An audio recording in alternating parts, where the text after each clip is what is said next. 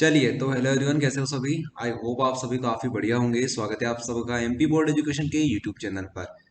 तो केमिस्ट्री में अब हम लोग स्टार्ट करने जा रहे हैं chapter number 13, nitrogen containing compounds, या फिर हम लोग इसे शॉर्ट फॉर्म में बोल सकते हैं आमीन्स। ओके, किसी किसी बुक में इसका नाम दे रखा होता है नाइट्रोजन कॉन्टेनिंग कंपाउंड्स, या फिर आमीन दिया हुआ हो सकता है। तो चैप्टर वही है, काम वही है, नाम थोड़ा सा अलग हो सकता है। चलो, तो सबसे पहले बात करते हैं हम इस चैप्टर का वेटेज कितना है। तो इस चैप्टर का वेटेज है भैया 6 नंबर का। मतलब यहाँ से 6 नंबर के ऑब्जेक्टिव क्वेश्चंस पूछे जाएंगे। ठीक है, ऑब्जेक्टिव और क्वेश्चंस को मिलाकर 6 नंबर का इसका वेटेज बनने वाला है। 2 नंबर का एक क्वेश्चन यहाँ से पूछा जाएगा। 2 नंबर का एक क्वेश्चन यहाँ से पूछा जाएगा। उसके बाद ऑब्जेक्टिव की बात करते हैं, तो ऑब्जेक्टिव यहाँ से 4 आने वाले हैं। कितने ऑब्जेक्टिव आएंगे यहाँ से? 4 ऑब्जेक्टिव यहाँ से आएंगे। तो 4 ऑब्जेक्टिव हो गए, एक 2 नंबर का क्वेश्चन हो गया, कितने हो गए? 6 नंबर आपके बन जाते हैं। इसके अलावा ये जो चैप्टर है वो 3 सेक्शन में हमने डिवाइड कर रखा है। अगर आप लोग सीबीएसई से पढ़ रहे हो तो आपके लिए ये जो चैप्टर है वो 2 सेक्शन में डिवाइडेड रहेगा। लेकिन हमारे एमपी बोर्ड में ये जो सेक्शन है, ये जो चैप्टर है वो 3 सेक्शन में पूछा जाता है। कौन कौन से वो 3 सेक्शन है वो यहाँ पर आप लोग देखिए। सबसे पहले आमीन। ठीक है, आमीन हम लोग बात करेंगे। उसके बाद बेंजीन डायजोनियम हैलाइड, ये टॉपिक हमारा रहेगा। उसके बाद साइनाइड या फिर नाइट्राइल, ये हम लोग देखेंगे। जो लास्ट वाला सेक्शन है, ये वैसे तो कोई सेक्शन नहीं है, लेकिन फिर भी हमने ये सेक्शन बना रखा है क्योंकि एमपी बोर्ड में ये जो सेक्शन है इससे अलग से क्वेश्चन पूछे जाते हैं। तो हम नहीं चाहते हैं कि ये सेक्शन हमारा छूट जाए, जिसकी वजह से हमारे 1 या 2 नंबर रह जाए। ऑब्जेक्टिव यहाँ से बनते हैं, 2 नंबर के क्वेश्चन यहाँ से बनते हैं। तो हम चाहते हैं इसको भी हम लोग कवर अप करें। ओके, तो हमने इसको भी कवर करने वाले हैं, और बहुत छोटा टॉपिक है, आराम से हो जाएगा। 4-5 रिएक्शन यहाँ पे आएगी, हम लोग कर लेंगे फटाफट। चलो, तो ये रहेगा। स्टार्ट करते हैं आमीन से। आमीन के अंदर हम लोग क्या क्या पढ़ेंगे? आमीन के अंदर हम लोग पढ़ेंगे preparation method, chemical property, basic nature हम लोग देखेंगे यहाँ पर। टेस्ट फिर हम लोग देखेंगे, कौन कौन से टेस्ट देखेंगे? कार्बिलामिन टेस्ट देखेंगे, हिंसबर्ग टेस्ट देखेंगे, मस्टर्ड ऑयल टेस्ट देखेंगे। ये सब रहेगा आमीन्स के अंदर। किसके अंदर? आमीन्स के अंदर। उसके बाद बेंजीन डायोजोनियम हेलाइड, इसमें हम लोग क्या क्या देखेंगे? प्रिपरेशन मेथड बात करेंगे, केमिकल प्रॉपर्टीज के ऊपर बात करेंगे। ठीक है, बस इन दोनों के ऊपर हम लोग बात करेंगे बेंजीन डायोजोनियम हेलाइड में। उसके बाद साइनाइड नाइट्राइल में हम लोग क्या क्या देखेंगे? यहाँ पर हम लोग प्रिपरेशन मेथड देखेंगे, केमिकल प्रॉपर्टी देखेंगे, बस ये रहेगा यहाँ पर। ठीक है भैया, इस तरह से हम लोग देखने वाले हैं। तो सबसे पहले हम लोग स्टार्ट करेंगे कहाँ से? आमीन से। आमीन के अंदर प्रिपरेशन मेथड से हम लोग स्टार्ट करेंगे। चलो, तो प्रिपरेशन मेथड ऑफ आमीन कौन कौन सी है वो आप लोग यहाँ पर देख लीजिए। सबसे पहले आएगी रिडक्शन ऑफ नाइट्रो ग्रुप, उसके बाद रिडक्शन ऑफ नाइट्राइल, उसके बाद रिडक्शन ऑफ एसिड अमाइड, उसके बाद हम लोग देखेंगे सबसे इंपॉर्टेंट गैब्रियल थैलामाइड सिंथेसिस, या फिर रिएक्शन आप लोग बोल सकते हो। उसके बाद देखेंगे Hoffmann's bromamide degradation. Hoffmann bromamide degradation, इनको ट्रिक से करेंगे, ट्रिक से, बिल्कुल ट्रिक से याद करवाएंगे आपको, और ऐसी ट्रिक बताएंगे कि आप लोग भूलोगे नहीं। ओके।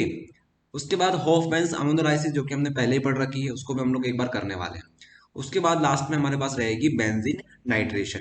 ये फटाफट अभी हम थोड़ी देर में कर लेंगे, सारी की सारी रिएक्शन अभी थोड़ी देर में हो जाएगी। टेंशन मत लो, आप लोग सब कुछ कर लेंगे। ये रहेगी हमारे पास रिएक्शन। स्टार्टिंग की जो 3 रिएक्शन है रिडक्शन वाली, वो तो बहुत आसान है। आपको क्या करना है? रिडक्शन करवाना है। ओके, हाइड्रोजन को ऐड करना है, सिंपल सी बात है। गैब्रियल थैलामाइड सिंथेसिस, इसको हम लोग ट्रिक से करेंगे। हॉफमैन वाले रिएक्शन को भी हम लोग ट्रिक से करेंगे। ये रहेगा। उसके बाद हम लोग बात करेंगे केमिकल प्रॉपर्टीज के ऊपर। आमीन की केमिकल प्रॉपर्टीज, तो ये सारी आपके सामने जो दिख रही है, ये केमिकल प्रॉपर्टीज रहेगी आमीन की। ओके, इसके ऊपर हम लोग बात करेंगे।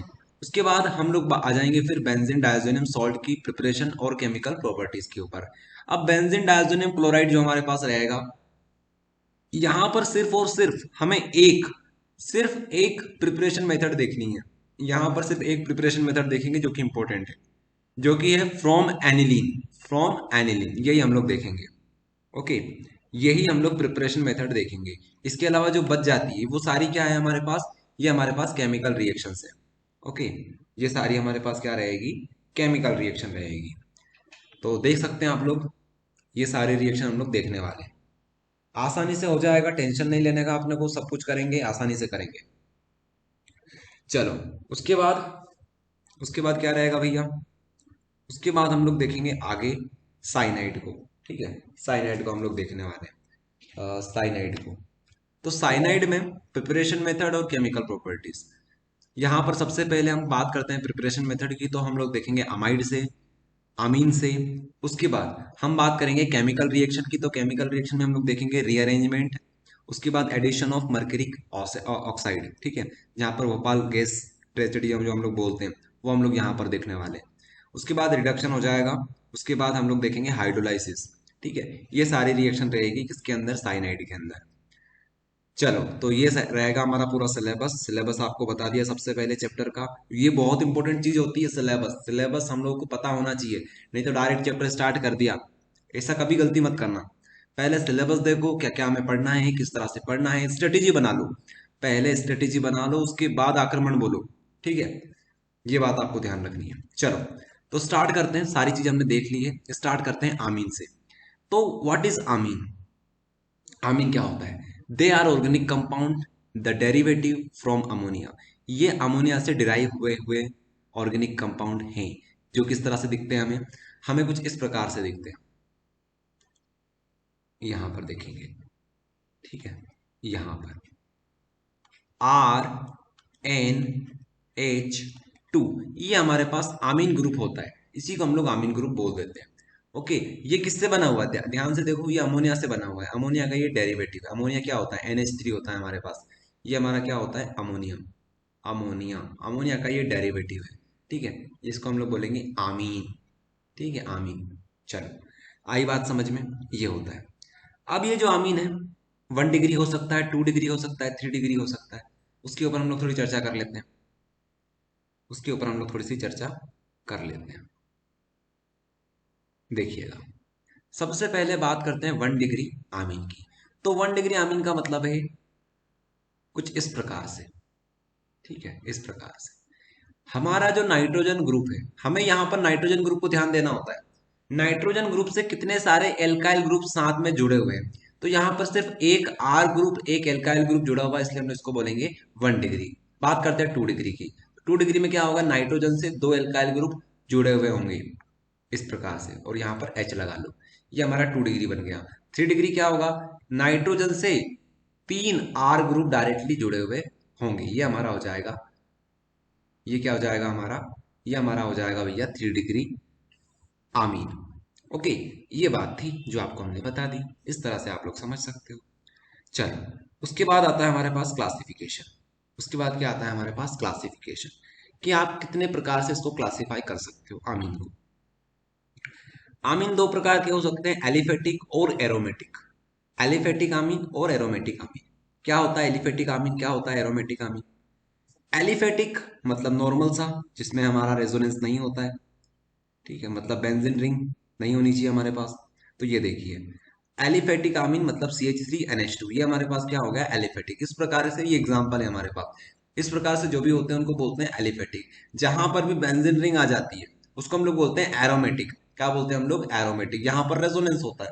ओके, तो एक एग्जांपल आपको देते हैं। मान लीजिए आपके पास CH3, CH2 और यहाँ पे आ जाएगा NH2। तो ये हमारे पास क्या है? एलिफेटिक है या एरोमेटिक है? ये एलिफेटिक है। यहाँ पर रेजोनेंस नहीं होगा, यहाँ पर क्या होगा? सिर्फ नॉर्मल सा हमारा आमीन रहेगा। इसे हम बोलेंगे एलिफेटिक आमीन। क्या बोलेंगे? एलिफेटिक आमीन। अभी हम लोग इसकी नेमिंग भी करेंगे, किस तरह से इसका नाम हम लोग लिखते हैं, लेकिन अभी आप समझो कि इसको बोलते हैं एलिफेटिक। एरोमेटिक का एग्जाम्पल है बेंजीन रिंग बनाओ, उसके बाद ऊपर लगा दो NH2। ठीक है, ये तो ये क्या बन गया हमारा? ये बन गया हमारा एरोमेटिक आमीन। तो दो प्रकार से हम लोग इसको क्लासिफाई कर सकते हैं। चलो आगे देखते हैं। क्लासिफिकेशन आपको सिखा दी हमने, एलिफेटिक एरोमेटिक बता दिया आपको। अब इसकी नेमिंग के ऊपर थोड़ी सी चर्चा करते हैं, उसके बाद आगे बढ़ेंगे। ओके, उसके बाद हम लोग आगे बढ़ेंगे। ये चीज तो आपको बता दी हमने, what to study in chapter. ये चीज तो हमारी कवर हो चुकी, क्या क्या हम लोग चीजें पढ़ने वाली हैं। तो यहाँ पर एलिफेटिक भी पढ़ेंगे, एनिलीन भी पढ़ेंगे, डायजोनियम सॉल्ट भी हम लोग पढ़ेंगे। देखो, जो अभी अभी हमने एग्जाम्पल देखा था एरोमेटिक का, वो था कुछ इस प्रकार से। ठीक है, बेंजीन रिंग के ऊपर NH2 लगा हुआ था, इसे हम लोग बोलते हैं एनिलीन। क्या बोलते हैं हम लोग इसे? एनिलीन बोलते हैं। ओके, क्या बोलते हैं इसे हम लोग? एनिलीन। बाकी ये जो कंपाउंड है, इसका नाम किस प्रकार से लिखेंगे हम लोग, ये हम लोग देखने वाले हैं, ये सीखने वाले हैं। ठीक है, ये हम लोग सीखने वाले हैं। तो आ जाते हैं हम लोग नोमेनक्लेचर के ऊपर। ओके, नोमेनक्लेचर के ऊपर आ जाते हैं। यहाँ पे आ जाओ आप लोग, डायरेक्ट यहाँ पर सीखते हैं हम लोग किस प्रकार से नामांकन किया जाता है। देखिए आप लोग यहाँ पर हमारे पास एग्जाम्पल 1 हमारे पास है, जिसमें CH3 है और NH2 है। CH3 और NH2, तो इसको हम लोग बोलेंगे मिथेन आमीन। मिथेन आमीन, क्योंकि यहाँ पर मिथाइल ग्रुप लगा हुआ है तो हम लोग बोलेंगे मिथेल आमीन। तो इसका नाम क्या हो जाएगा, आप लोग इस तरह से देख सकते हो, एल्केन आमीन। एल्केन आमीन इसका जनरल फॉर्मूला हो जाएगा, इसके बेसिस पे आपको नाम लिखने रहेंगे। तो इसका नाम क्या हो जाएगा, मिथेन आमीन, नीचे वाले का। चलो ये तो इजी था, ये तो हम लोगों ने आसानी से कर दिया। इसके ऊपर बात करते हैं, इस कंपाउंड के ऊपर बात करते हैं, किसका नाम क्या होगा। तो देखो यहां पे आपको कार्बन कितने दिखाई दे रहे हैं लाइन में, एक चेन में आपको कार्बन कितने दिखाई दे रहे हैं। यहां पर 3 कार्बन, फिर यहां पर नाइट्रोजन आ गया, यहां पर 3 कार्बन, फिर नाइट्रोजन, फिर 2 कार्बन। ओके, इस तरह से ये सीक्वेंस बन रहा है। तो कार्बन एक साथ जुड़े हुए नहीं है, बीच में नाइट्रोजन है। तो हमारे पास कार्बन की चेन कौन सी हो जाएगी, कार्बन की चेन हमारे पास 3 कार्बन की चेन है और एक 2 कार्बन की चेन है। ये बात आपको समझ में आ रही है। तो जो बड़ी चेन होती है वो जाती है पीछे, वो जाती है पीछे, और जो छोटी चेन होती है, ठीक है, वो जो छोटी चेन होती है उसको हम लोग ग्रुप के फॉर्म में लिखते हैं। ओके, ग्रुप के फॉर्म में लिखते हैं। जो बड़ी चेन होती है वो पेरेंट चेन बनती है हमारी। ठीक है, जैसे कि ये क्या है, हमारे पास 3 कार्बन है, 1 2 3, तो इसको हम लोग बोलेंगे प्रोपेन, इसको बोलेंगे प्रोपेन। लेकिन जो हमारी छोटी चेन है वो जाएगी आगे, वो जाएगी आगे। ठीक है, हमारे पास क्या है, छोटी चेन में 2 कार्बन ग्रुप है। 2 कार्बन से क्या बनता है, इथेन बनता है। क्या बनता है, इथेन। इथेन। और बड़ी चेन हमारे पास 3 कार्बन की, जो कि हम बोलेंगे प्रोपेन। क्या बोलेंगे, प्रोपेन। अब हमें ग्रुप किसका बनाना है, छोटे वाले का। छोटा वाला हमारा ग्रुपिंग फॉर्म में जाएगा। ग्रुप हमारे पास रहेगा इथाइल ग्रुप। ओके, तो इसे हम क्या बोलेंगे, इथाइल बोलेंगे। जब ग्रुप की बात करते हैं हम लोग, आगे जो जाता है उसके लिए हम लोग इथाइल वर्ड यूज करते हैं, आइल यूज करते हैं। ओके, यहाँ पर इथेन यूज नहीं करेंगे, इथाइल यूज करेंगे, ध्यान रखना। ये इस तरह से आपको समझना होता है। अब यहाँ पर हमने एन लगा दिया, क्योंकि जो हमारा इथाइल ग्रुप है वो एन से जुड़ा हुआ है। किससे जुड़ा हुआ है, एन से जुड़ा हुआ है। तो हम लोग क्या बोलेंगे, एन इथाइल, एन इथाइल। और यहाँ पे हम लोग बोलेंगे प्रोपेन आमीन, प्रोपेन आमीन। ओके, इस तरह से हम लोग इसकी नेमिंग करते हैं। यहाँ पर आप चाहो तो 1 लगाओ या मत लगाओ, एक ही बात है, क्योंकि 1 के ऊपर हमारा नाइट्रोजन ग्रुप लगा हुआ है। ओके, लेकिन आप चाहो तो इसको स्किप भी कर सकते हो, क्योंकि 1 का कोई महत्व नहीं होता है। अगर 2 3 होता तो और बात मानते हैं हम लोग, लेकिन 1 का यहाँ पर कोई महत्व नहीं होता है। तो इस तरह से आप लोग इसकी नेमिंग कर सकते हो। एक बार और देख लो अगर आप कंफ्यूज हो रहे हो थोड़ा बहुत। हमारे पास कंपाउंड कुछ इस प्रकार का है, इसी को हम लोग इस तरह से हम लोग लिख सकते हैं, C2H7, C2H7। उसके बाद यहाँ पे आ जाएगा NH, यहाँ पर C2 नहीं है, C3 है। ओके, वेरी सॉरी, यहाँ पर C3, क्योंकि 3 कार्बन है यहाँ पर। उसके बाद यहाँ पे क्या आएगा, C2H5। क्या हम लोग इसको इस तरह से लिख सकते हैं, बिल्कुल लिख सकते हैं, क्या दिक्कत है। तो यहां पर छोटे वाले को हम लोग बोलेंगे इथाइल। इथाइल जो किससे जुड़ा हुआ है, नाइट्रोजन से जुड़ा हुआ है, तो हम लोग बोलेंगे एन इथाइल। और फिर इसको देख लो, ये हमारा क्या है, ये हमारी पेरेंट चेन है, तो इसको हम लोग बोलेंगे प्रोपेन। प्रोपेन 1 आमीन, क्योंकि 1 के ऊपर क्या लगा हुआ है, हमारा आमीन ग्रुप लगा हुआ है। 1 के ऊपर हमारा आमीन ग्रुप लगा हुआ है। इस तरह से हम लोग बता सकते हैं। ओके, चलो नेक्स्ट एग्जाम्पल पे आते हैं, वो समझ में आएगा आपको। यहाँ पर आ जाओ। यहाँ पे क्या है हमारे पास, प्रोपेन टू अमीन। इसको हम लोग बोलेंगे प्रोपेन टू अमीन। क्यों बोलेंगे प्रोपेन टू अमीन, जरा देखो इसका स्ट्रक्चर। हमारे पास सबसे लंबी कार्बन की चेन ये रही, ये हमारे पास कार्बन की सबसे लंबी चेन है, तो इसको प्रोपेन बोलेंगे। अब सेकंड नंबर पे हमारे पास क्या लगा हुआ है, अमीन ग्रुप लगा हुआ है। इसको 1 बोलो, इसको 2 बोलो, इसको 3 बोलो। तो तीसरे नंबर के ऊपर हमारे पास अमीन ग्रुप लगा हुआ है, तो हम लोग बोलेंगे प्रोपेन टू अमीन। इस तरह से इसका नाम लिख देंगे। चलो यहाँ पे बताओ, यहाँ पे बताओ इसका नाम क्या बनेगा। वैसे तो नीचे लिखा हुआ है, लेकिन फिर भी आप लोग सोच समझ के बताओ कि क्या हो सकता है इसमें, किस तरह से इसमें लॉजिक लगाया गया होगा। सबसे पहले तो कार्बन की सबसे लंबी चेन ढूंढो, कौन सी कार्बन की सबसे लंबी चेन है। तो यहाँ पर कोई सी भी कार्बन की लंबी चेन नहीं दिखी। ठीक है, ये भी अलग चेन है, ये यहाँ पर टूट जाएगी चेन, ये यहाँ पर टूट जाएगी चेन, ये यहाँ पर टूट जाएगी, क्योंकि बीच में एन आ रहा है, नाइट्रोजन आ रहा है, तो नाइट्रोजन दिक्कत दे रहा है हमको। तो 3 हमारे पास कार्बन की चेन बनती है, तीनों बराबर है, कोई सी भी आप लोग लिख सकते हो। ओके, तो कोई सी एक को आपको पेरेंट चेन बोलना पड़ेगा। लेट से हम लोग इसको बोल देते हैं, ये हमारी क्या बन गई भैया, पेरेंट चेन। तो पेरेंट हमारा क्या बना, मिथेन बना, मिथेन। ओके, मिथेन हमारा क्या बन गया, पेरेंट बन गया। अब हमें नाइट्रोजन पता है, नाइट्रोजन भी है, तो हम लोग डायरेक्ट बोल सकते हैं अमीन।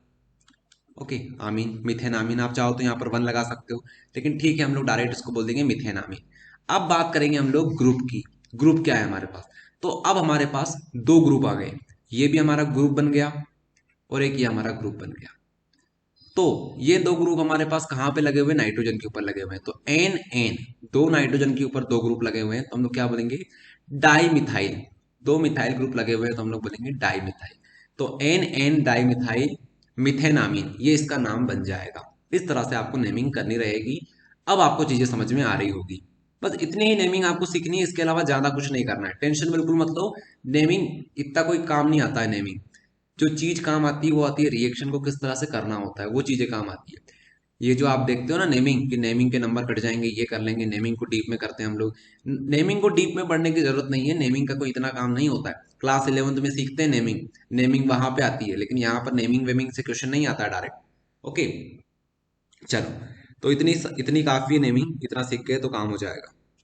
चलो स्टार्ट करते हैं भैया। सबसे इंपॉर्टेंट चीज जो कि हमारे पास है, प्रिपरेशन ऑफ आमीन।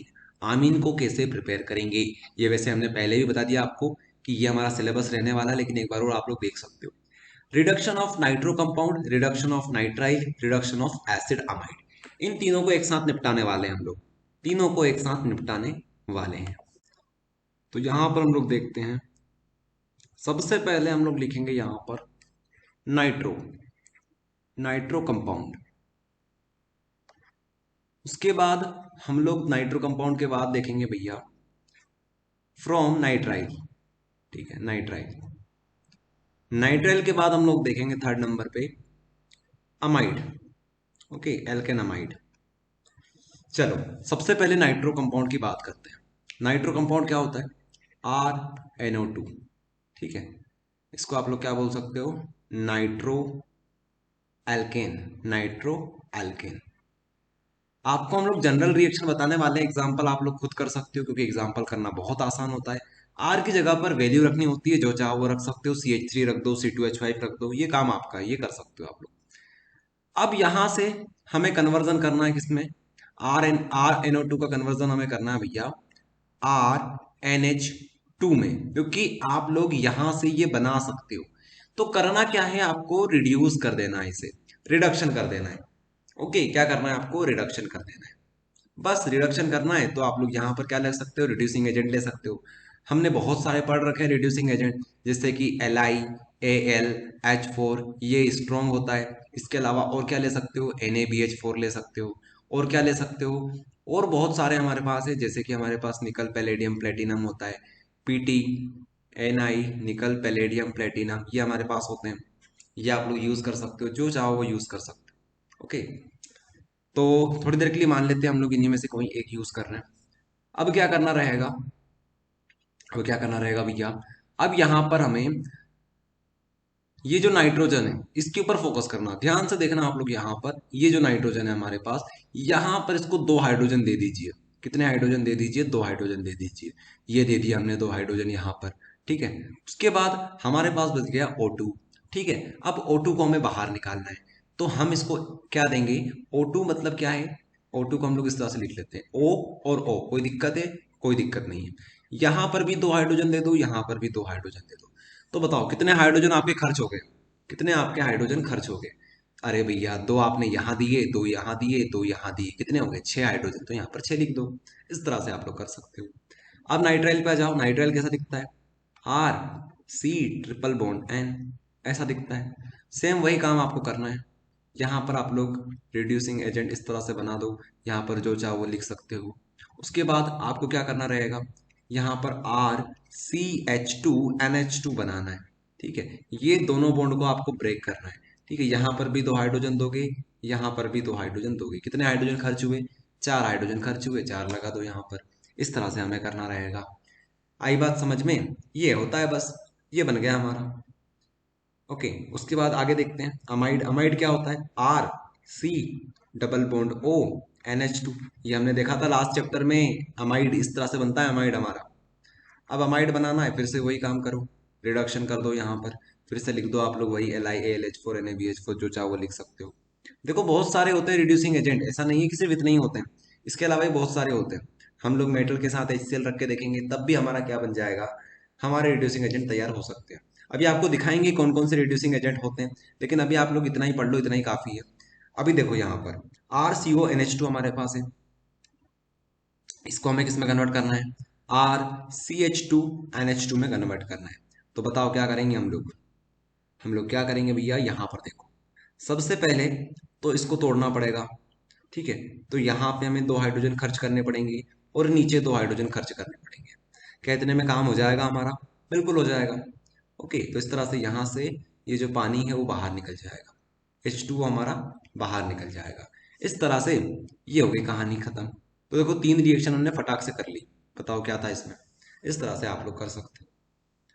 चलो, तो हमने क्या बना दिया, हमने नाइट्रो कंपाउंड से एल्केन बनाकर देख लिया, एल्केन नहीं बोलेंगे, आमीन बनाकर देख लिया। उसके बाद नाइट्राइल से हमने आमीन बनाकर देख लिया। उसके बाद अमाइड से हमने आमीन बनाकर देख लिया। चलो, तो इस तरह से आप लोग भी कर सकते हो, एग्जाम में पूरे नंबर आपको मिलने वाले हैं। ये जो क्वेश्चन है ये एग्जाम में आया हुआ है प्रीवियस ईयर्स में। ओके, तो इसको अच्छे से कर लेना। ये देखो यहाँ पर सबसे पहले हमने नाइट्रो कंपाउंड से किया। तो नाइट्रो कंपाउंड से करने का तरीका ये है, यहाँ पर हमने रिडक्शन किया हुआ है, आप लोग यहाँ पर देख सकते हो। ओके, थ्योरी यहाँ पर लिखी हुई है, चाहो तो इसको पढ़ सकते हो, बाकी अपनी लैंग्वेज में भी आप लोग लिख सकते हो। थ्योरी लिखना बहुत आसान होता है। उसके बाद यहाँ पे आ जाओ, यहाँ पर कुछ एग्जांपल दे रखे हैं नाइट्रो ग्रुप के, ठीक है। यहाँ पर आप लोग देखो, यहाँ पर हमने 6H लिया था, तो यहाँ पर लिखा हुआ है वही कहानी। इस तरह से ये बन गया, पानी बाहर निकल गया। आप चाहो तो यहाँ पर बेंजीन का यूज कर सकते हो आर की जगह पर, ठीक है। नाइट्रो बेंजीन बन जाएगा, ये नाइट्रो बेंजीन से भी करवा सकते हो, वही तो काम आपको करना है, ठीक है। यहाँ पर क्या बनेगा, यहाँ पर ये बन जाएगा एनिलीन, ठीक है। इस तरह से भी आप लोग कर सकते हो। अब ये होते हैं रिड्यूसिंग एजेंट, इसकी हम लोग बात कर रहे थे। LiAlH4 होता है, ठीक है। उसके अलावा निकल पैलेडियम प्लेटिनम होते हैं हमारे पास। उसके अलावा आयरन ले लो, मेटल ले लो, उसके अलावा HCl उसमें मिला दो तो ये क्या बन जाएगा, ये भी रिड्यूसिंग एजेंट बन जाएगा, ठीक है। एसएन के साथ आप लोग HCl मिला दो तो भी ये भी रिड्यूसिंग एजेंट बन जाएगा। उसके अलावा जिंक के साथ HCl मिला दो तो ये भी रिड्यूसिंग एजेंट बन जाएगा। उसके अलावा सोडियम में आप लोग क्या मिला दो, इथेनॉल मिला दो तो भी ये भी रिड्यूसिंग एजेंट की तरह काम करेगा। तो बहुत सारे होते हैं, इनको लिख लेना अपनी कॉपी में, ताकि जब भी आपको समय मिले याद करते रहना इनको, क्योंकि एग्जाम में कभी कभी इनके ऊपर क्वेश्चन आते हैं। एक काम करते हैं, आपको दिखाते हैं, एक क्वेश्चन आया हुआ था इसी से रिलेटेड प्रीवियस ईयर में, वो आपको दिखाते हैं। आपको दिखाते हैं यहाँ पर, कहाँ गया हमारा प्रीवियस ईयर में क्वेश्चन, ये देखिए। ये शायद 2019 में या 20 में आया था। ओके, 2019 में आया था। ओके, 2019 में ये क्वेश्चन आया था। तो देखो आप लोग ये कर लोगे, आप लोग ये देखो यहाँ पर, ये इसको देखो और इसको देखो, कर सकते हो इनको। किस तरह से करना होता है, इस तरह से दिया होता है, complete the following reaction. Okay, बीच वाला आपको करवा देंगे।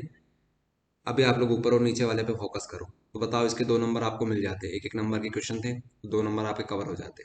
ओके, कर लोगे इस प्रकार से। यहाँ पर क्या आएगा, RCH2NH2 ये बनेगा यहाँ पर, और यहाँ पर क्या आएगा, RNH2, और यहाँ पे क्या निकलेगा बाहर, यहाँ पर वाटर हो जाएगा बाहर। इस तरह से आपको करना था। ओके, इस तरह से आपको करना था। तो ये बात आपको ध्यान रखनी है यहाँ पर ये, ठीक है। तो काफ़ी इजी है, आप लोग कर सकते हो। आगे बढ़ते हैं। चलो, तो कहाँ पर थे हम लोग कहाँ पर थे भैया, हम लोग यहाँ पर थे। ये हमने स्टार्टिंग की 3 रिएक्शन देख ली। अब हमारी बारी है भैया गैब्रियल वाली रिएक्शन की। गैब्रियल गैब्रियल थैलामाइड सिंथेसिस, इसको ट्रिक से करेंगे हम लोग। इसको हम लोग किससे करेंगे, ट्रिक से करेंगे। चलो देखते हैं। ये देख लो आप लोग, इनको नोट करना चाहो तो नोट कर लेना। ये सारी चीज लिखी हुई है, रिडक्शन ऑफ नाइट्राइल लिखा हुआ है, इस तरह से हम लोग करेंगे। ओके, ये भी आपको करवा दिया। Reduction of acid amide, amide से करवा दिया आपको, इस तरह से आप लोग कर लेना, ठीक है। चलो, देखो करने के तरीके, मतलब जो हमारे रिड्यूसिंग एजेंट होते हैं वो अलग अलग हो सकते हैं, लेकिन आपको हमने बता दिया है कि क्या कॉमन चीज होती है इनमें, उस तरह उसी बेसिस के ऊपर आपको करने होते हैं। चलो, यहाँ पे आ जाओ। हॉफमैन्स ब्रोमोमाइड डिग्रेडेशन, हॉफमैन्स ब्रोमोमाइड डिग्रेडेशन, एक एक वर्ड का मतलब आपको बताते हैं यहाँ पर। हॉफमैन, सबसे पहले बात करते हैं हॉफमैन की। हॉफमैन एक साइंटिस्ट का नाम है।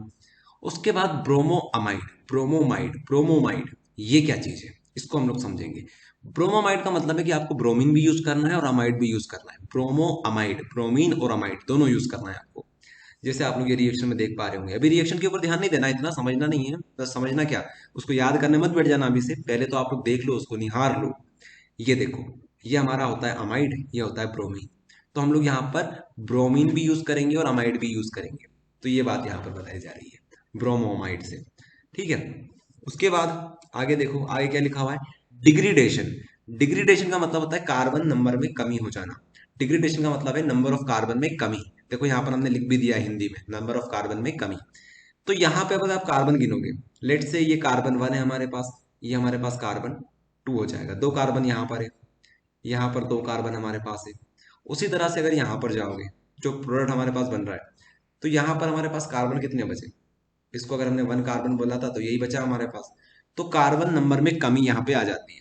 जितने हमारे रिएक्टेंट होते हैं प्रोडक्ट साइड में, प्रोडक्ट की साइड में नहीं बोलेंगे, प्रोडक्ट में उतने कार्बन नहीं होते हैं। ओके, कम हो जाते हैं। जो हमारा अमाइड था उसमें से कार्बन कम हो गए, ये बात यहाँ पर बताई जा रही है। तो तीनों वर्ड का मतलब आपको समझा दिया, हॉफमैन ब्रोमोमाइड डिग्रेडेशन का। इसको याद करने की एक ट्रिक है हमारे पास, हॉफमैन का बेबी जिसको बेस्ट पसंद है। हॉफमैन का बेबी जिसको बेस्ट पसंद है, क्या मतलब है इसका, ये भी समझाएंगे आपको। एक काम करते हैं, इसको ओपन करते हैं हम लोग ब्लैक स्क्रीन के ऊपर। ओके, वहां पर समझते हैं। तो यहां पे हम लोग देखेंगे हॉफमैन्स ब्रोमोमाइड डिग्रेडेशन। ठीक है, हॉफमैन ब्रोमोमाइड ब्रोमामाइड डिग्रेडेशन। ठीक है, हॉफमैन ब्रोमोमाइड डिग्रेडेशन। तो ब्रोमोमाइड मतलब अमाइड भी आएगा और ब्रोमीन भी आएगा यहाँ पर। अमाइड क्या होता है, CH3 C double bond O, यहाँ पर NH2, ये हमारे पास अमाइड होता है। ठीक है, ये क्या बन जाएगा, 2 कार्बन है तो हम लोग बोल सकते हैं एसिटा, एसिटामाइड। ठीक है, एसिटल होता है, इस प्रकार से यहाँ पर एसिटामाइड बन जाएगा। उसके बाद यहाँ पे हम लोग लिखेंगे ब्रोमीन। ठीक है, तो ये हो गया। तो हॉफमैन का बेबी, बेबी मतलब ब्रोमीन, ब्रोमीन। हॉफमैन का बेबी जिसको क्या पसंद है, बेस पसंद है। हॉफमैन का बेबी जिसको बेस पसंद है, बेस क्या होता है, ये हो गई बेस हमारी, KOH। ठीक है, यहां से हम लोग रिएक्शन आगे बढ़ाएंगे। एक काम करते हैं, बेस 4 बना लेते हैं, 4 हम लोग बेस बनाएंगे, बना सकते हैं, कोई दिक्कत है इसमें नहीं है। आप लोग डायरेक्ट 4 भी लिख सकते हो यहाँ पर, लेकिन अभी हमें आपको समझाना है, इसलिए हम लोग यहाँ पर 4 KOH बनाने वाले हैं। ठीक है, अगर आपसे कोई पूछे ऐसा क्यों किया तो क्या बोलोगे, बैलेंस करने के लिए। इसलिए बैलेंस करने के लिए। ठीक है, बैलेंस करने के लिए। तो यहां से क्या होगा, यहां से क्या होगा भैया, यहां से पहले तो पानी बाहर निकल जाएगा, पानी बाहर निकल जाएगा। पानी क्या होता है, H2O। तो यहां से H2O बाहर निकलेगा, H2O बाहर निकलेगा, और 2 मॉलिक्यूल निकलेंगे पानी के बाहर, 2 मॉलिक्यूल निकलेंगे पानी के बाहर, क्योंकि यहाँ पर H H H H 4 hydrogen है, तो 2 2 करके हम लोग बाहर निकालते हैं। H2O ये बाहर निकला।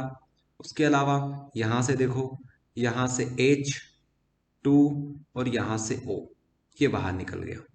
ठीक है, तो हमने क्या किया, हमने वाटर मॉलिक्यूल्स को बाहर फेंक दिया।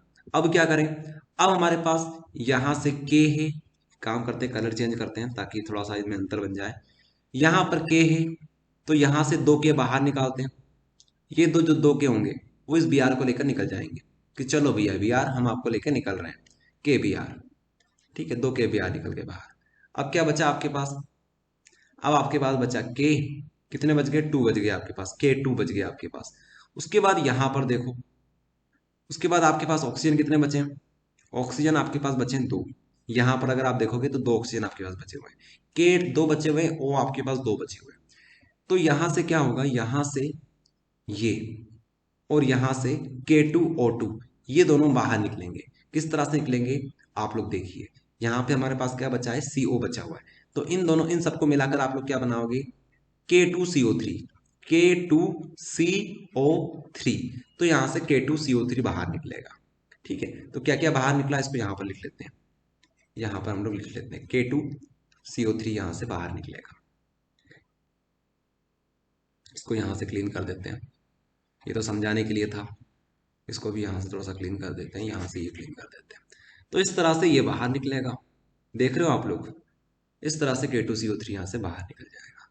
अब बचा क्या हमारे पास, CH3NH2, ये हमारे पास बच गया। ठीक है, ये हमारे पास बच गया। ये और ये दोनों मिल गए और हमारे पास ये बच गया, और यही हमारा मेन प्रोडक्ट होने वाला है। ध्यान रखना, ये क्या हो गया हमारे पास, ये हो जाएगा मीथेन आमीन। मीथेन आमीन। ठीक है। तो देखो आप लोग, कार्बन में कमी आ गई। हम तो दो कार्बन लेके निकले थे, लेकिन पहुंचते पहुंचते हमारे पास एक ही कार्बन बचा। ये देखो यहाँ पर एक कार्बन ये और एक कार्बन ये, दो कार्बन हमारे पास यहाँ पर थे। यहाँ पर आते आते भैया हमारे पास एक ही कार्बन बचा। एक कार्बन भैया ये लेके चले गए K2CO3। ठीक है। पोटेशियम कार्बोनेट ये लेके चला गया। तो इस वजह से हम लोग, ये इसको बोलते हैं डिग्रेडेशन होता है यहाँ पर। इस तरह से आपको रिएक्शन करनी होती है। समझ में आई रिएक्शन? सबसे पहले आपको एसिटामाइड लेना है, ब्रोमीन के साथ रिएक्शन करवानी है क्योंकि लिखा हुआ है ब्रोमामाइड। उसके बाद ब्रोमीन को आप लोग बोलोगे, क्या बोलोगे? बेबी बोलोगे। बेबी हमारा कौन है भैया? छोटा सा बेबी जो होता है ना, उसकी बात कर रहे हैं। छोटा सा बेबी, छोटा सा बच्चा हमारे पास ब्रोमीन है। तो इसको बेस पसंद है। बेस मतलब समझ गए आप लोग? बेस। तो ये हमारी बेस हो गई KOH। KOH हमारे पास बेस हो गई। हम लोग यहाँ पर 4 लगा लेंगे।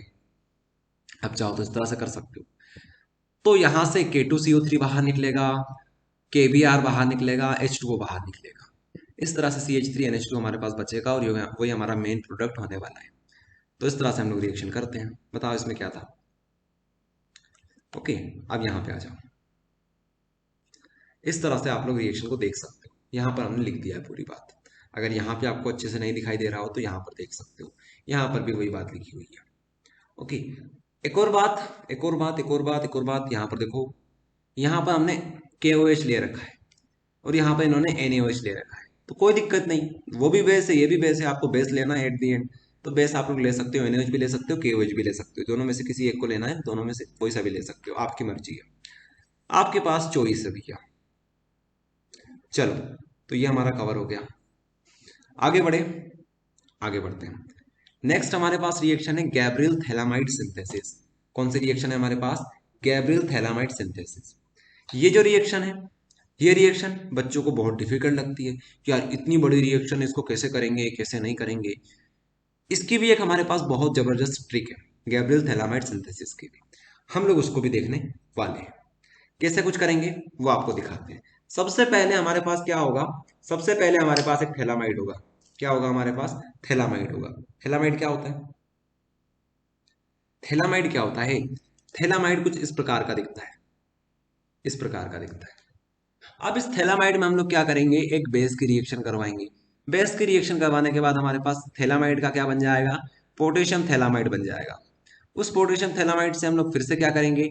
हेलो एल्केन की उसमें रिएक्शन करवाएंगे। तो हमारे पास क्या बनेगा? पोटेशियम से हमारे पास बन जाएगा एल्काइल थैलामाइड। Alkyl phthalimide. उस एल्काइल थैलामाइड में हम लोग एक बेस डालेंगे और पानी डाल देंगे, तो उससे हमारे पास क्या बन जाएगा? थैलिक एसिड बन जाएगा। और हमारा मेन प्रोडक्ट जो है हमारे पास है, जिसको हम लोग बोल रहे हैं एल्केनामिन, वो हमारे पास बन जाएगा। ये होगा यहाँ पर। अब आपको लग रहा होगा कि ये इतना सारा हमें याद करना पड़ेगा। तो याद करने की ट्रिक है इसकी, उसके ऊपर आप लोग चिंता मत करो, वो तो आपको करवा देंगे। एक काम करते हैं, ब्लैक स्क्रीन ओपन करते हैं, वहां पे समझाते हैं, सारी चीज आपको समझ में आ जाएगी। चलिए, तो यहाँ पे आ जाइए। यहाँ पर आपको बताते हैं किस तरह से हमें रिएक्शन करनी रहे। ओके। सबसे पहले तो रिएक्शन का नाम लिख लेते हैं भैया। क्या नाम है इसका? Gabriel phthalimide synthesis. Phthalimide, phthalimide synthesis. ठीक है, सिंथेसिस। चलो, तो अब हम बात करते हैं सबसे पहले हमें क्या यूज करना है। तो भैया हम लोग सबसे पहले यूज करेंगे थैलामाइड का। थैलामाइड, थैलामाइड कैसा दिखता है? कुछ इस प्रकार का दिखता है हमारा थैलामाइड।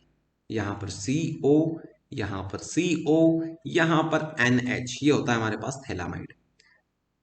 इसको याद करने का एक तरीका है, इसको याद करने का एक तरीका है। कोना कोना, कोना, यहां पर बन जाएगा कोना। निर्मल होगा, निर्मल होगा, कोना कोना निर्मल होगा, विश्व करेगा जय भारत। ठीक है, इस तरह से हम लोग बता सकते हैं। ये हमारा बन गया भैया थैलामाइड। थैलामाइड। तो ये जो थैलामाइड है, इस तरह से हम लोग बनाएंगे। अब आपको क्या करना है? अब आपको यहां पर यूज करना है भैया एक बेस का। किसका यूज करेंगे हम लोग? बेस का यूज करेंगे। यहाँ पर सबको बेस पसंद है। ठीक है, सबको बेस पसंद है। अभी हमने जो देखा था इससे पहले, हॉफमैन, उसको भी बेस पसंद था। यहाँ पर इसको भी बेस पसंद है। तो जब बेस लेते हैं तो पानी बाहर निकल जाता है, ये भी हमें पता है। यहाँ से पानी बाहर निकालो, H2O बाहर निकाल दो। क्या बनेगा हमारे पास, कुछ इस प्रकार का कंपाउंड बन जाएगा हमारे पास। यहाँ पर CO, यहाँ पर CO, यहाँ पर N, यहाँ पे आ जाएगा K।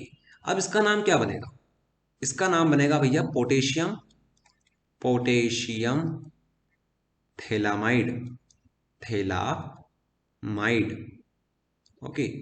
अब ये जो बना थेलामाइड, इसकी फिर से हम लोग रिएक्शन करवाएंगे। अब हमें के नहीं चाहिए, हमें के नहीं चाहिए। पहले तो हमने बोल दिया हमें के चाहिए, अब हम लोग बोलेंगे हमें के नहीं चाहिए, इसके को हटाना है। इसको हटाने के लिए भैया कौन आएगा, हेलो एल्केन आएगा। सबसे पहले हमने स्टार्ट किस चैप्टर से किया था, हेलो एल्केन से किया, तो हेलो एल्केन यहाँ पर आएगा। हेलो एल्केन क्या करेगा भैया, हेलो एल्केन जो आएगा वो यहाँ पर आर को भेजेगा और के को यहाँ पर ले लेगा, तो यहाँ से के एक्स बाहर निकलेगा, के एक्स यहाँ से बाहर निकल जाएगा। तो यहाँ पर कुछ इस प्रकार से होगा, यहाँ पर एन और आर। ठीक है, ये हमारे पास बनेगा। तो ये हमारे पास जो बना, इसको हम लोग यहाँ पर बना लेते हैं। ठीक है, यहाँ पर इस तरह से इसको बना लेते हैं, CONR। इसका नाम क्या बनेगा बताओ आप लोग, अरे इसका नाम बनेगा एल्काइल थेलामाइड, एल्काइल थेलामाइड इसका नाम बन जाएगा। पी यहाँ पर साइलेंट है, ओके, ध्यान रखना पी यहाँ पर साइलेंट है। चलो अब यहाँ पर हम लोग पहुंच गए। अब क्या होगा, नेक्स्ट स्टेप में हम लोग वाटर का यूज करेंगे, वाटर या फिर वाटर कुछ भी बोल दो, पानी का हम लोग यूज करेंगे। पानी कैसा होता है, पानी चाहो तो आप लोग H2 को लिख दो, लेकिन हम क्या करेंगे यहाँ पर, हम यहाँ पर H2O की जगह पर HOH लिखेंगे, क्योंकि हमें रिएक्शन बतानी है आपको। ठीक है, आप लोग तो चाहो तो लिख सकते हो, लेकिन हमें तो रिएक्शन बतानी पड़ेगी। HOH हम लोग इस तरह से लिखेंगे। अब यहाँ पर हम लोग 2 वाटर मॉलिक्यूल्स का यूज करेंगे, HOH कितना ही कर सकते हो, आपको पता है ये बात। तो 2 वाटर मॉलिक्यूल को हमने यूज कर लिया इस तरह से। अब क्या होगा देखो आप लोग, ये बॉन्ड को ब्रेक करो, ये बॉन्ड को ब्रेक करो, CO, CO, यहाँ पे आप लोग OH ऐड करो, यहाँ पर भी आप लोग OH ऐड कर दो। ठीक है, तो OH OH का काम तो खत्म हो गया, दोनों चले गए, एक यहाँ पे एक यहाँ पर। अब हमारे पास जो बचे 2 हाइड्रोजन, उसका आप लोग यूज इस तरह से करोगे, RN आपके पास बचा हुआ है, RN आपके पास बचा हुआ है, उसमें आप लोग 2 हाइड्रोजन को ऐड कर दो और आपके पास क्या बन जाएगा, आपके पास आमीन बन जाएगा। ठीक है, ये देखो यहाँ पर, ये आपके पास क्या बन गया, आमीन बन गया। इस तरह से आपको रिएक्शन करनी होती है। ये हमारे पास क्या बन गया, एल्केन आमीन, एल्केन आमीन। और ये हमारे पास क्या बना, थैलिक एसिड, ये तो थैलिक एसिड बन गया हमारे पास, पी थैलिक एसिड। आई बात समझ में, इस तरह से आपको रिएक्शन करनी होती है, देख लो आप लोग। ठीक है, इस तरह से आपको रिएक्शन करनी है। पहली बारी में आपको थोड़ी सी मुश्किल रिएक्शन लगेगी, लेकिन आपको हमने सारी बातें बता दी है। अब आपको प्रैक्टिस करना है, और प्रैक्टिस भी एक बार में काम नहीं होगा, कम से कम 2-4 बार तो प्रैक्टिस करो इसकी, और जब तक एग्जाम ना आ जाए इसको देखते रहना। ओके, नहीं तो भूल जाओगे। चलो इस तरह से आप लोग ये रिएक्शन करोगे गैब्रियल थैलामाइड सिंथेसिस का। रिएक्शन स्टार्टिंग में बड़ी लगेगी, एंड में भी बड़ी लगेगी, लेकिन करना आपको है, आपको छोटी करना है। इस रिएक्शन को छोटी करने का तरीका यही है, प्रैक्टिस करो, इसके अलावा कोई तरीका नहीं है। चलो इस तरह से आप लोग इसको याद कर सकते हो।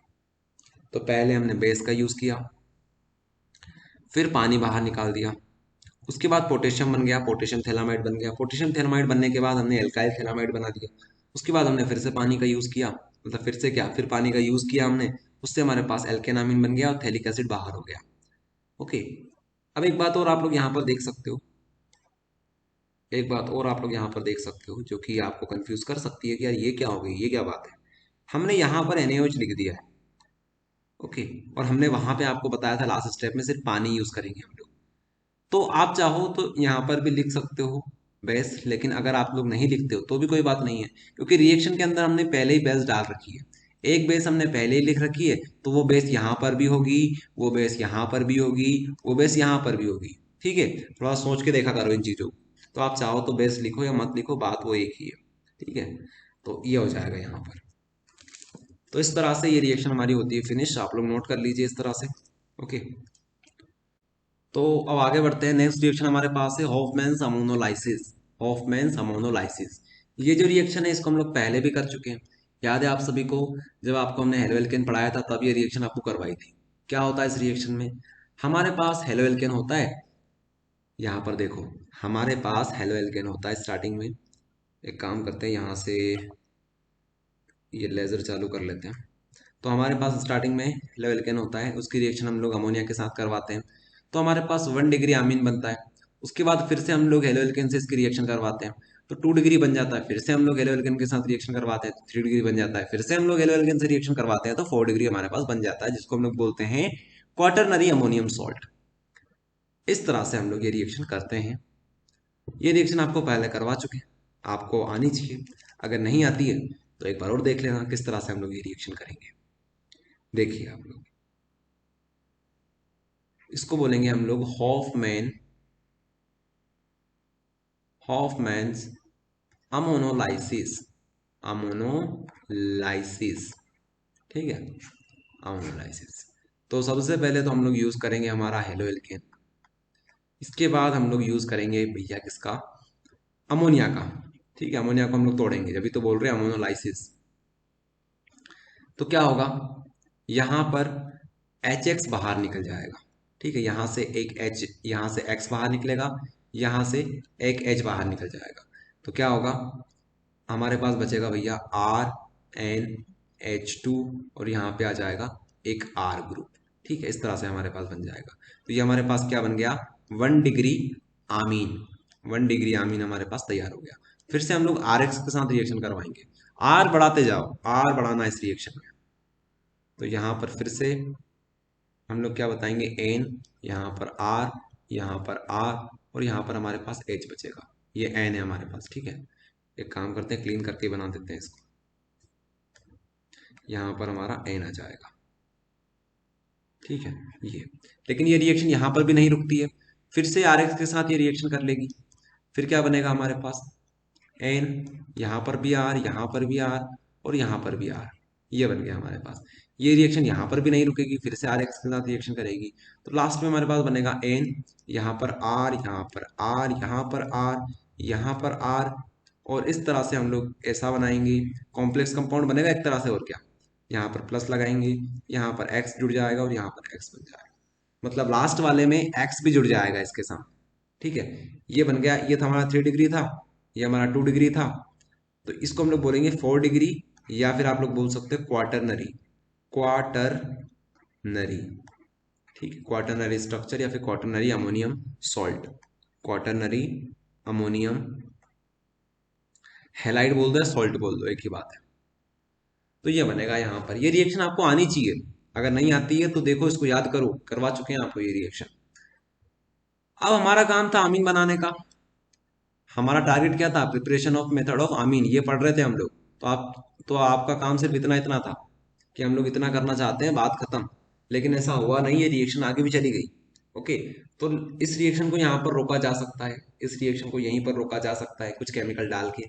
लेकिन अगर आप लोग इसमें कुछ केमिकल नहीं डालते हो जो कि रिक्वायर्ड होते हैं, तो ये रिएक्शन 4 डिग्री क्वाटरनरी सॉल्ट पे जाके रुकती है। ओके, तो ये बात है। अब आपका क्वेश्चन ये हो सकता है कि एग्जाम में हमें कितनी लिखनी है, तो आपको पूरी लिखनी पड़ेगी। ठीक है, क्वाटरनरी अमोनियम सॉल्ट तक ये रिएक्शन को लिखनी पड़ेगी। ओके, ये रहेगा। चलिए, तो हॉफमैन अमोनोलाइसिस भी हमारी फिनिश हो गई। ओके, ये भी हमारी भैया फिनिश हो गई। आगे बढ़ते हैं।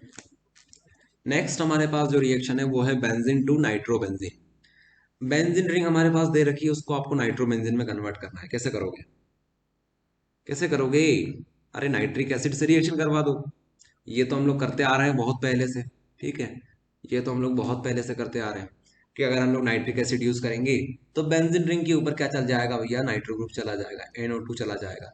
HNO3 हमें क्या देता है, NO2 ही तो देता है हमारे पास। हमें ये रिएक्शन देख चुके हैं, जब आपको हमने हेलोइरिन पढ़ाया था ना, तभी ये रिएक्शन करवाई थी आपको। सल्फोनेशन करवाया था, नाइट्रेशन करवाया था, हेलोजिनेशन करवाया था, फ्रिडल क्राफ्ट रिएक्शन करवाई थी। तो वही चीज तो यहाँ पर हम लोग कर रहे हैं। ठीक है, इस तरह से ये हो जाएगा। तो इस रिएक्शन को समझाने की जरूरत नहीं है, स्क्रीन के सामने सारी चीज लिखी हुई है। इस तरह से आपको ये रिएक्शन करनी है। ओके, ये जो रिएक्शन होती है नाइट्रिक एसिड वाली, ये सल्फ्यूरिक एसिड की प्रेजेंस में होती है। किसकी प्रेजेंस में होती है, सल्फ्यूरिक एसिड की प्रेजेंस में होती है। तो ये रहेगा। चलिए आगे बढ़ते हैं। अब जो आगे के टॉपिक हमारे रहेंगे उसमें हमारे पास कुछ क्वेश्चंस रहेंगे जो कि एग्जाम में 2 नंबर के लिए आते हैं, और ये मोस्ट इंपॉर्टेंट क्वेश्चंस होते हैं। क्वेश्चन 1 हमारे पास है, 2 क्वेश्चन हम लोग डिस्कस करेंगे। क्वेश्चन वन हमारे पास है, who is who is more basic, ammonia और एनिलीन। एनिलीन और अमोनिया दोनों में से ज्यादा बेसिक कौन है? अमोनिया और एनिलीन में से ज्यादा बेसिक कौन है? अमोनिया क्या होता है? अमोनिया होता है हमारा NH3। एनिलीन क्या होता है? कुछ इस प्रकार से यहां पे आ जाएगा NH2। तो इन दोनों में से ज्यादा बेसिक कौन है बताओ? इन दोनों में से ज्यादा बेसिक कौन है, ये क्वेश्चन आपसे पूछा जाता है। तो देखिए, इस क्वेश्चन को हम लोग समझाते हैं आपको ब्लैक स्क्रीन के ऊपर। काफी इजी क्वेश्चन है, अगर आपके फंडे क्लियर है तो बहुत इजी लगेगा आपको। देखो, हमसे क्वेश्चन पूछा गया है कि आपके पास अमोनिया है और आपके पास एनिलीन है। ओके, तो अमोनिया क्या होता है? NH3। एनिलीन क्या होता है? कुछ इस प्रकार से, ठीक है। एरोमेटिक अमीन को हम लोग एनिलीन बोलते हैं। तो इन दोनों में ज्यादा बेसिक कौन है? अब आपको ये पता होगा, यहाँ से क्या हुआ, ब्लैक स्क्रीन हमारी कैंसिल हो गई। चलो कोई बात नहीं, फिर से हम लोग यहाँ पर ले आते हैं ब्लैक स्क्रीन को।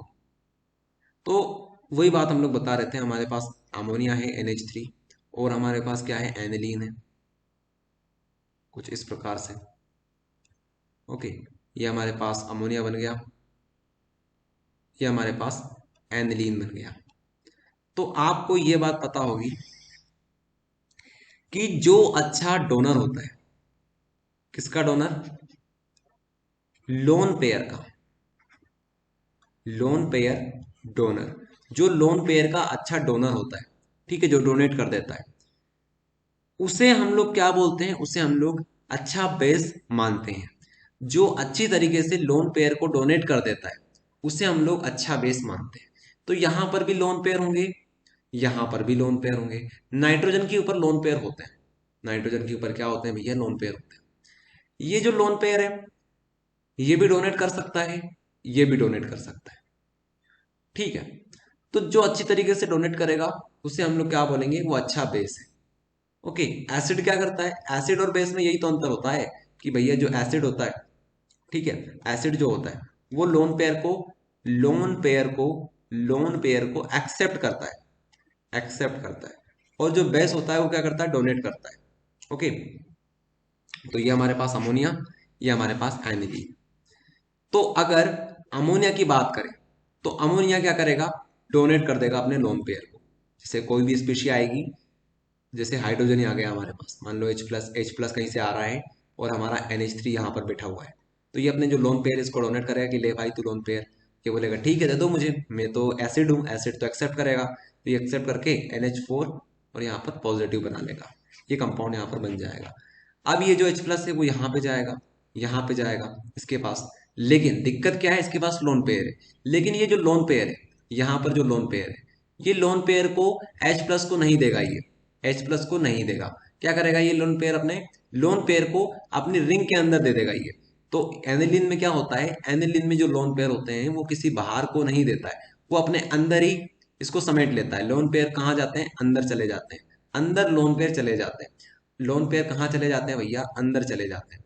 तो अंदर जाने के बाद क्या होता है? यहाँ पे परफॉर्म होता है रेजोनेंस, और रेजोनेंस की वजह से ही ये स्टेबल होता है। रेजोनेंस की वजह से ही ये स्टेबल होता है, रेजोनेंस।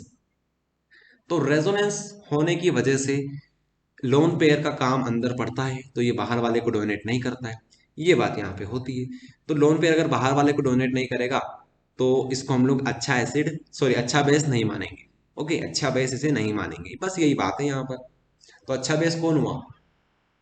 अमोनिया हमारा अच्छा बेस माना जाएगा क्योंकि वो लोन पेयर बाहर वाले को डोनेट करता है।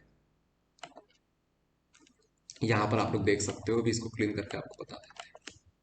यहाँ पर सारी बात लिखी हुई है। Okay, both aniline and ammonia having lone pair. Aniline donate lone pair in the ring to perform resonance and delocalize electron in the ring. So aniline do not donate electron easily, while ammonia can donate electron. Therefore ammonia is more basic than aniline. ये बात यहाँ पर लिखी हुई है। Simple सा question है, 2 number में आता है। 2019 में ये क्वेश्चन आया हुआ था, 2019 में ये क्वेश्चन आया था। चलो, तो समझ में आई कहानी क्या है? ये होता है यहाँ पर। आगे बढ़ते हैं, नेक्स्ट क्वेश्चन हमारे पास है, alkyl amine is more basic than ammonia, explain. Alkyl amine is more basic than ammonia, explain. फिर से बेसिक का क्वेश्चन आ गया। इस बार क्वेश्चन आपके सामने ये है, आपके पास एल्काइल अमीन है। कौन है आपके पास? एल्काइल अमीन। एल्काइल अमीन क्या होता है? CH3NH2, ये हमारे पास एल्काइल अमीन हो गया। एक हमारे पास है अमोनिया, NH3। अब इन दोनों में से कौन ज्यादा बेसिक है ये आपको बताना है। कौन ज्यादा बेसिक है ये आपको बताना है। चलो फिर से चलते हैं हम लोग ब्लैक स्क्रीन के ऊपर, समझते हैं इसे भी। तो हमारे पास है मिथाइल अमीन और हमारे पास है अमोनिया। ओके, मिथाइल अमीन क्या होता है? CH3NH2। और हमारा अमोनिया क्या होता है? NH3। क्या हम लोग मिथाइल अमीन को कुछ इस प्रकार से लिख सकते हैं? CH3N, यहां पर H, यहां पर H। क्या हम लोग अमोनिया को कुछ इस प्रकार से लिख सकते हैं? बिल्कुल लिख सकते हैं।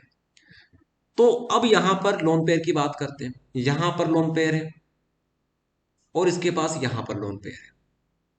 ठीक है, तो जो अच्छी तरीके से लोन पेयर को डोनेट कर देगा वो हमारा अच्छा बेस माना जाएगा। इसका एक याद करने का तरीका भी होता है, बीडी। बीडी, बीडी से आप लोग याद कर सकते हो। बी मतलब बेस, डी मतलब डोनर। बेस हमारा डोनर होता है, बेस हमारा डोनर होता है, ध्यान रखना। बीडी, बेस हमारा डोनर होता है। चलो, तो इसने मान लो डोनेट कर दिए, इसने भी डोनेट कर दिए।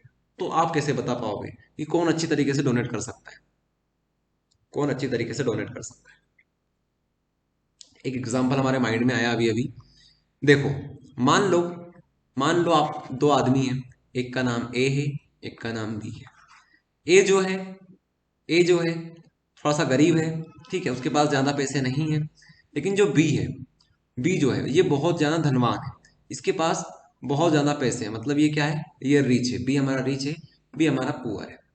अगर बात करें डोनेट करने की, कि ए और बी में से कौन ज्यादा पैसे डोनेट कर सकता है, तो आप क्या बोलोगे? कौन ज्यादा पैसे डोनेट कर सकता है? भैया पुअर आदमी जो है वो तो पहले से गरीब है, वो क्या डोनेट करेगा। लेकिन जो रिच आदमी है, चाहे तो वो डोनेट कर सकता है, चाहे तो वो डोनेट कर सकता है। फिर उसकी मर्जी भैया, वो करना चाहे ना करना चाहे। लेकिन बात अगर पैसे की हो तो रिच आदमी पैसे डोनेट कर सकता है, पुअर आदमी नहीं कर सकता। सीधी बात तो ये है, क्योंकि उसके पास पैसे ही नहीं है। तो यहां से हम लोग क्या समझे? यहां पर जो लोन पेयर है, यहां पर जो लोन पेयर है, दोनों जगह पर लोन पेयर है, दोनों डोनेट कर सकते हैं। लेकिन ज्यादा अच्छी तरीके से कौन डोनेट कर सकता है? जिसके पास डेंसिटी ज्यादा हो लोन पेयर की, लोन पेयर की डेंसिटी ज्यादा हो। तो देखो, आपने इंडक्टिव इफेक्ट पढ़ा होगा। क्या पढ़ा होगा आपने? Inductive, inductive effect.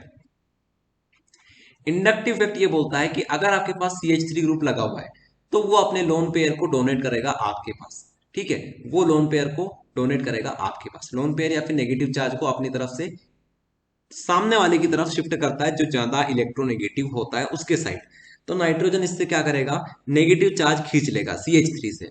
ओके, तो नेगेटिव चार्ज की डेंसिटी नाइट्रोजन के ऊपर क्या होगी? बढ़ जाएगी। ठीक है, डेंसिटी क्या हो जाएगी? इंक्रीज हो जाएगी नेगेटिव चार्ज की। लेकिन यहां पे अगर हम लोग बात करें तो यहां पर हाइड्रोजन लगा हुआ है, और हाइड्रोजन कोई इतना अच्छा नहीं होता है डोनेट करने के लिए। ठीक है, नाइट्रोजन की इलेक्ट्रोनेगेटिविटी ज्यादा है, लेकिन H जो होता है उसकी टेंडेंसी नहीं होती है कि वो अपने लोन पेयर या फिर हम लोग बोल सकते हैं नेगेटिव चार्ज को सामने वाले की तरफ डोनेट कर दे। ऐसा नहीं होगा यहाँ पर। तो जो CH3 होता है उसी के पास टेंडेंसी होती है। तो इस वजह से यहाँ पर डेंसिटी बढ़ जाएगी, डेंसिटी बढ़ जाएगी तो ये ज्यादा अच्छी तरीके से लोन पेयर को डोनेट कर सकता है। और यही रीजन होता है कि ये हमारा अच्छा एसिड, अच्छा बेस माना जाता है, वेरी सॉरी, अच्छा बेस माना जाता है। ठीक है, इस तरह से आप लोग बताओगे कि भैया जो हमारा मिथाइल अमीन है वो हमारा अच्छा बेस होता है, क्योंकि उसके पास इलेक्ट्रॉन डेंसिटी ज्यादा होती है एज कंपेयर टू अमोनिया। ये जो बातें हैं हमने यहाँ पर लिखी हुई है। यहाँ पर हमने बहुत सारी बातें लिखी हुई है, जो आपको अच्छी लगे वो आप नोट कर लेना। आपको देखने में ऐसा लग रहा हो कि ये तो बहुत बड़ा है 2 नंबर के हिसाब से, तो आपको आपको समझाने के लिए हमने ये बात लिखी हुई है। एक बार आप लोग ये चीजें पढ़ोगे तो आपको चीजें समझ में आएगी। देखो, सबसे पहले हमने यहाँ पर लिखा है, a base is a substance which can accept proton. एक बेस जो होता है वो प्रोटोन को एक्सेप्ट करता है। ठीक है, प्रोटोन को एक्सेप्ट करता है। अब आप लोग ये मत समझना सर आपने तो अभी बताया कि लोन पेयर को डोनेट करता है। तो लोन पेयर को डोनेट करने का मतलब यही तो है कि H प्लस को वो एक्सेप्ट करता है, H प्लस को एक्सेप्ट करता है। समझो इस चीज को। मान लो हमारे पास NH3 एक बेस है, ये लोन पेयर है। ये इसको डोनेट करेगा किसको, H प्लस को, और H प्लस को अपने पास बुला लेगा कि तू आ जा भैया हमारे पास। यही तो बात है, H प्लस को वो एक्सेप्ट कर रहा है। ओके, नेगेटिव चार्ज उसने दिया और पॉजिटिव को ले लिया, ये बात यहाँ पे होती है। ओके, इसलिए हमने बोला है कि प्रोटॉन को वो एक्सेप्ट करता है, ये बात हमने यहाँ पर लिख दी है। ये पढ़िएगा, ये थ्योरी हमने बहुत अच्छी तरीके से लिखी हुई है, आपके सारे फंडे क्लियर कर देगी ये थ्योरी। इसको जूम करते हैं और आपको दिखाते हैं और क्या क्या लिखा हुआ है हमने। Methyl amine and ammonia both act as base by accepting proton. तो दूसरी लाइन हमने लिखी है कि भैया मिथाइल अमीन और अमोनिया दोनों के दोनों क्या एक्सेप्ट करेंगे, प्रोटॉन को एक्सेप्ट कर सकते हैं, दोनों के पास क्षमता है। अभी तक हमने ये क्लियर नहीं किया है कि कौन ज्यादा बेसिक है। उसके बाद आगे देखिए, strength of base depend on how easily it can accept a proton. A base having greater tendency to accept proton will be more stronger. अब जो अच्छी तरीके से H प्लस को एक्सेप्ट कर सकता है वो हमारा क्या कहलाएगा, वो हमारा अच्छा बेस कहलाएगा। ओके, वो हमारा अच्छा बेस कहलाएगा जो अच्छी तरीके से एक्सेप्ट कर पाएगा H प्लस को। उसके बाद यहाँ पर देखो, in case of methyl amine the presence of methyl in case of methyl amine the presence of methyl alkyl group increase electron density on nitrogen। ये बात हम लोग बताना चाहते हैं आपको, और ये बहुत इंपॉर्टेंट बात है। In case of methyl amine, methyl amine के केस में क्या होगा, यहाँ पर एक मिथाइल ग्रुप लगा हुआ है, CH3 ग्रुप लगा हुआ है, जिसकी टेंडेंसी क्या होती है, इलेक्ट्रॉन डेंसिटी को बढ़ाने की, नाइट्रोजन के ऊपर क्या करेगी वो, इलेक्ट्रॉन डेंसिटी बढ़ा देगी, और इसी वजह से मिथाइल अमीन जो होगा उसके पास डेंसिटी बढ़ जाएगी। लेकिन अगर हम लोग बात करें, यहाँ पर आप लोग पढ़िएगा, यहाँ पर कोई भी हमारे पास मिथाइल ग्रुप नहीं लगा हुआ है, no alkyl group is there, यहाँ पर कोष्टक में लिखा हुआ है no alkyl group is there, इस वजह से यहाँ पर टेंडेंसी नहीं बढ़ेगी।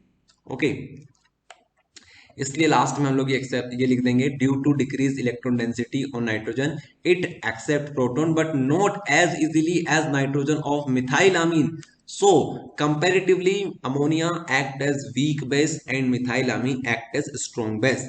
ये बात यहाँ पे होती है, देख लो आप लोग, यहाँ पर सारी चीज हम लोगों ने बिल्कुल क्लियर कर दी है, आपको बस पढ़ लेना इसको अच्छे से, इतना काम आपको करना है। ओके, और इसको नोट करना चाहो तो कर लेना, बहुत इंपॉर्टेंट बात है ये। चलिए, तो इस तरह से ये टॉपिक भी हमारा होता है फिनिश। अब हम लोग बात करेंगे केमिकल रिएक्शन ऑफ अमीन की।